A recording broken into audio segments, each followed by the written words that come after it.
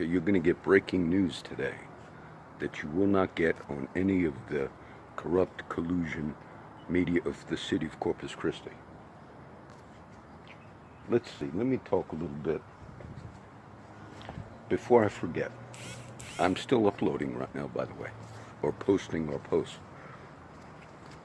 We had a case that I did not mention, and it was here in Texas, where a female police officer in her 30s, young female police officer, she shot and killed a black man.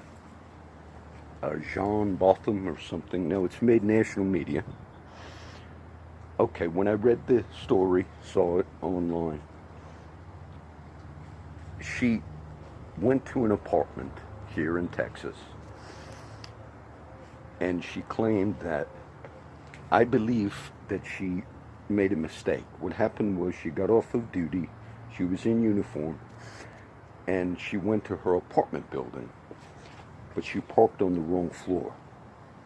So the apartment buildings, of course, a lot of them look exactly alike. I'm very familiar with them. In New Jersey, you got a lot of these.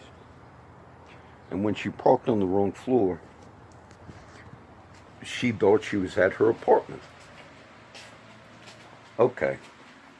What she says, now this is where it's highly likely she's lying.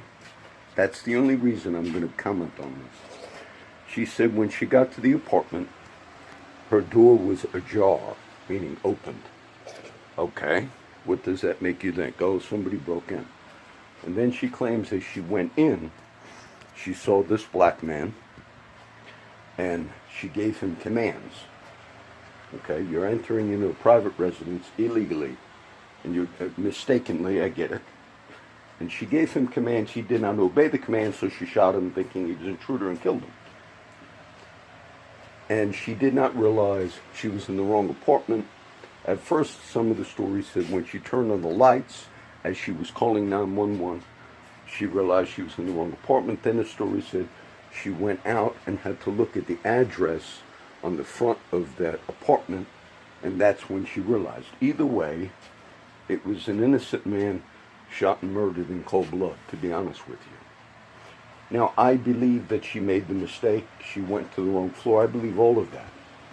But now the lawyers for the family said that they looked at they gave them access to some of the testimony and all, and the neighbors on that floor, the media is reporting, actually heard somebody banging on a door. Open up, open up, open up. Meaning that black man more than likely was inside, and she's banging on the door, off duty but in uniform.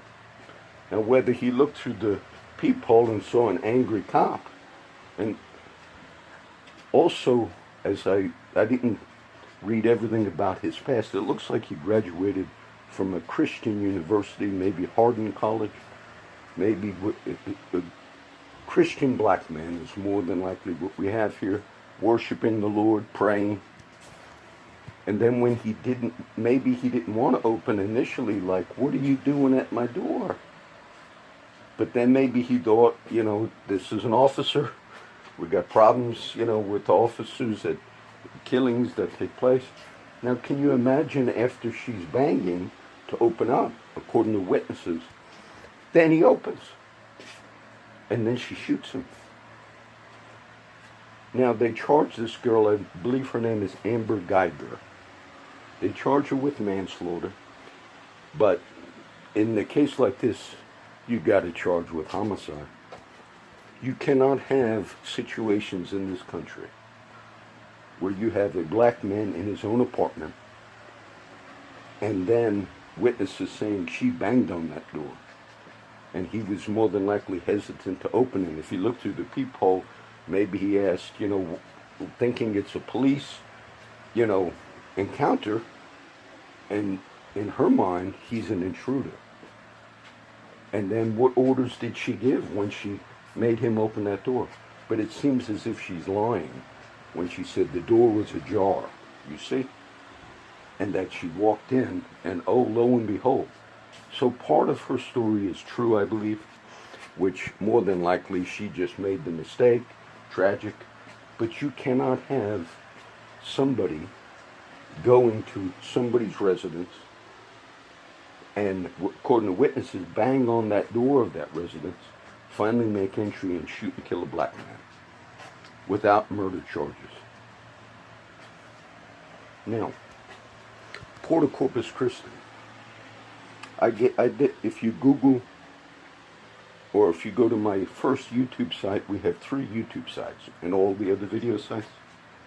But if you go to the first one, which has the most videos on it and the most views, all you got to do is search my YouTube videos, Port of Corpus Christi, things like that. The port is an entity. I deal with things in the city of Corpus Christi issues. I deal with things in Oasis County. These are like, if you will, power structures or strongholds. And then I have dealt with the Port of Corpus Christi, because they're like a quasi-governmental thing, meaning they are indeed a for-profit business. For-profit business. But yet, because of the way they operate in our community, you also have commissioners, port commissioners and all. But their intent is profit. But because they also are somewhat, like I said, a quasi entity, they have to give an account to the way they practice. And I have seen a few things over the last months where they seem to be sort of like any competition with the former Congressman Blake Farenthold, disgraced, they say, the Kohler Times and all that. One of the things that the Kohler Times, in collusion with the Port of Corpus Christi, has done is they've continued to kind of challenge Blake Farenthold, particularly because he got a high-paying job at the Port of Lavaca, which is a little north of here. Now, the Port of Lavaca, indeed, again, is one of the competing ports for business.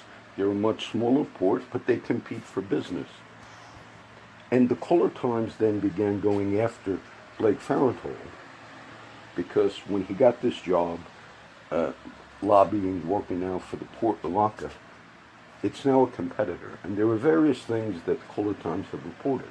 But as far as I know, they didn't report on what I made the video on last night. And so then they challenged the Port of Lavaca. They challenged Farenthold. They also challenged, like I mentioned in the last video last night, another former board member started his own private business using the name Corpus Christi along with Port. They claim all profits need to go to them. The blood. I believe they do indeed engage in unethical behavior, because the one I talked about last night was reported in the San Antonio paper, and there's another private Swiss firm that's going to build offshore storage facilities, and the Port of Corpus Christi CEO, I gave the name last night, he decided on his own to then begin to go back and say, oh, well, that private business out of Switzerland has a criminal record because in 2006 they violated this particular trading thing with Iraq. It's strange that this port seems to, they say, and then when I read the article, it was in the San Antonio paper the day before yesterday. And when you read the article, you could see, like others that were more rational when they commented on it, they said, well, Corpus Christi port, and they need to kind of like slack up a little bit. There's enough oil for everyone. The article seemed to show, and then the CEO said, well, they want to engage with us, meaning they want to challenge our money. This is the way we work. No, actually, because you are indeed supposed to be accountable to the county, because you reside within the county, you're supposed to give an account.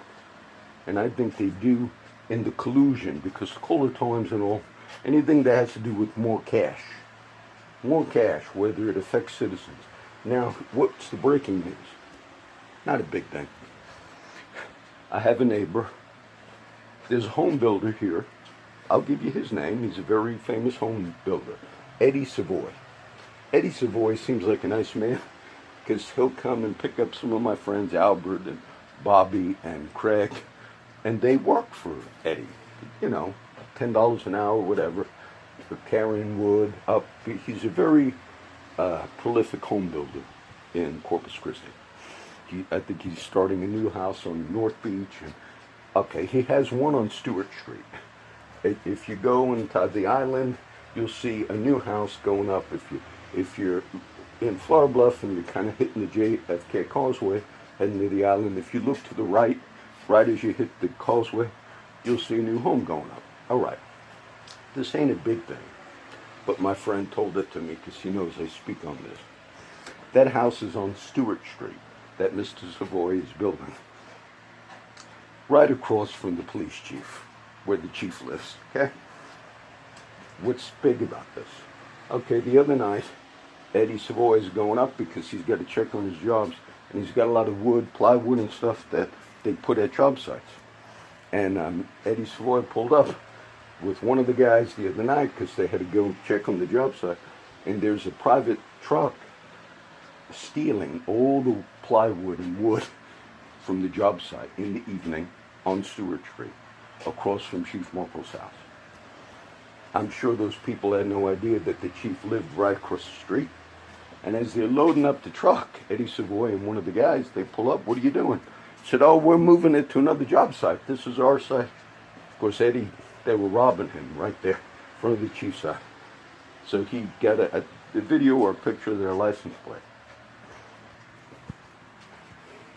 So my friend mentioned it to me. I don't fault the chief. I'm just saying it was right across from his house where there was theft taking place. Okay? That's your breaking news. I'll go short. I'm still posting right now. But we, the people of God, also have a voice to challenge when they see corruption. You know, I joke around with my friends.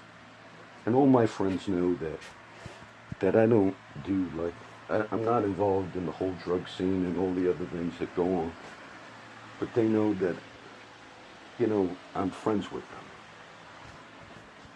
And when I dealt with a lot of the corruption, what affects me is when I see the local Colder Times, when they should have done exposés on corruption within the courts, with particular judges, cases I talked about over the years. And when my friends that have been around for many years, when they know that there's an element of people in the higher ups in Corpus Christi, judges or whatever, and they're involved in drug deals, and they know over a long period of time, and they know that they cover up for that. How does my friends, you say, well, yeah, but they have their problems too, John, on the street. But how do they respond to that? It makes them feel like this whole system here is a complete and absolute joke. And when they are encouraged over time and they get busted for things and then they got to do probation, and when you try to tell that element of people who struggle with drug addiction, and you say, well, we want you to be an upstanding citizen of the community, they already know, because of past experiences, that it's corrupt. That it's corrupt. And oftentimes they say, we know we have problems, John, and we're, but the corrupt element, they do it too, John.